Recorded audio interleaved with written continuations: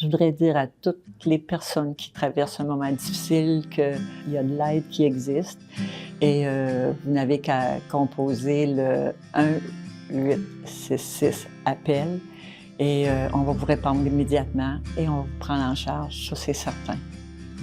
Quand j'ai appris la nouvelle, il se passait quelque chose de grave et je savais dans mon fort intérieur que c'était mon fils, même si je me disais ça se peut pas.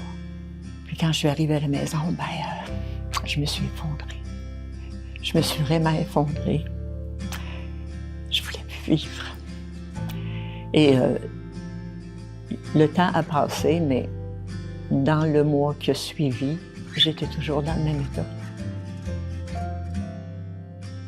Une personne que je connaissais de Saint-Simon, qui était psychologue de métier, puis qui, quand elle a su que mon fils s'était suicidé, elle m'a interpellée par Messenger. Elle m'a dit « Si tu as besoin, je suis là ». Puis elle m'écrivait, puis elle, « Tu n'as pas besoin d'avoir peur, de crier, de pleurer, ça t'appartient, tu as le droit ». Puis elle m'envoyait souvent des messages comme ça. Puis à un moment donné, j'ai dit « Elle dit, veux-tu qu'on se rencontre ?» J'ai dit « Oui ». Fait que, elle dit « Viens au parc Croque Nature. Mardi matin, je vais être là ». Fait que j'arrive, puis on commence à jaser, puis tout ça. Puis là, elle dit « Viens, on va marcher dans le parc ». On marche dans le parc. Elle dit « T'aurais pas pensé, aurais-tu le goût de faire un endroit dans le parc pour Jimmy? » J'ai dit « Ah ouais, tu sais, sur le coup, j'ai fait « Ah oui ». Fait que là, on marche dans le parc, puis elle me présente des endroits. Fait que je fais... Elle dit « C'est pas ça ». J'ai dit « Non ». J'ai dit « Jimmy, c'était pas la personne qui voulait être vue par tout le monde, qui voulait... Il était effacé. Quand il s'en venait en congé, il s'en allait dans ses érablières, il passait des journées là, il était heureux, là. Fait que j'ai dit, moi, je le vois pas à travers tout le monde, je le vois. Elle dit, suis-moi, je vais te montrer un endroit. Puis là, elle m'a amenée dans le fameux sentier. On a traversé un petit bout, c'est pas long, mais... Puis quand on est arrivé dans une petite clairière, elle dit, ça, qu'est-ce que t'en penses? Fait que là, je regarde ça. Des épinettes, des simples épinettes, mais mon Dieu, que ça lui ressemblait. J'ai dit, oui, c'est ici. Ce projet-là m'aidait beaucoup, m'a aidé à passer à travers. Parce que je le faisais pour une raison. Je le faisais parce que j'avais besoin de lui parler, de penser à lui, de faire quelque chose pour lui, quelque chose que j'ai pas pu faire quand il est parti. Puis surtout, quelque chose pour faire penser qu'il y a de l'aide qui existe. Puis en plus, ce projet-là aiderait à ce que son départ soit pas en vain, qu'il a servi à quelque chose. Puis je suis convaincue que oui, ça va avoir un effet. À longue échéance peut-être, mais ça va avoir un effet. Finalement, le Sentier de l'Espoir, c'est mon amoureux qui a trouvé le nom, parce que moi, je lui demandais comment on appellerait il dit le Sentier de l'Espoir, parce que lui aussi a vécu le deuil d'un de ses frères par suicide. Il était très... ça le rejoignait beaucoup aussi, là. Fait qu'on a travaillé ça ensemble, puis il y a eu le père de Jimmy qui a travaillé aussi là-dedans. J'ai un beau-frère qui m'a aidé à faire le banc.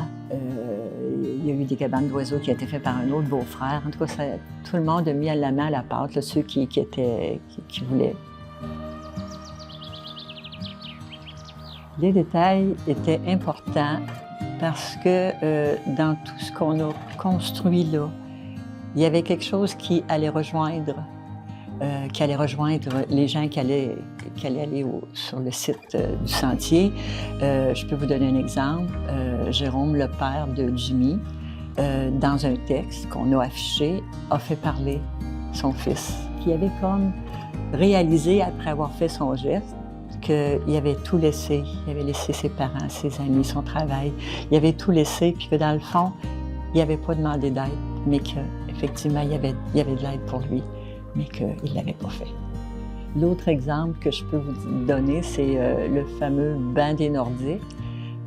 Jimmy, c'était un fan des Nordiques. Tout le monde le savait parce qu'il y avait toujours un chandail des Nordiques, une tuque des Nordiques. Il était fier de s'afficher nordique. Puis, une petite anecdote en passant, quand ça a été la funéraille, Il y a des gilets qui ont été confectionnés à une semaine d'avance avec Jimmy dans le dos, puis le sigle des Nordiques en avant. Puis tout le monde avait son gilet des Nordiques, surtout dans les jeunes, là, dans l'église. Il devait être fier. Il devait être fier de voir qu'on soulignait son amour pour les Nordiques. J'ai pensé au Centre de prévention des suicides après en avoir jasé avec mon intervenant, parce que ça nous donnait effectivement une très bonne visibilité, une meilleure visibilité pour rejoindre le plus de gens possible, de gens qui ont vécu des deuils, qui ont vécu même des tentatives de suicide, qui ne sont pas allés jusqu'à poser le geste, mais qui ont toujours besoin d'aide. Le mot espoir, je t'avoue que c'était un grand mot. C'est l'espoir de ne pas vivre le désespoir. Je le sens comme ça. Parce que c'est facile de tomber dans le désespoir. Mais je sais qu'il y a de l'espoir, puis il sera toujours là du bien.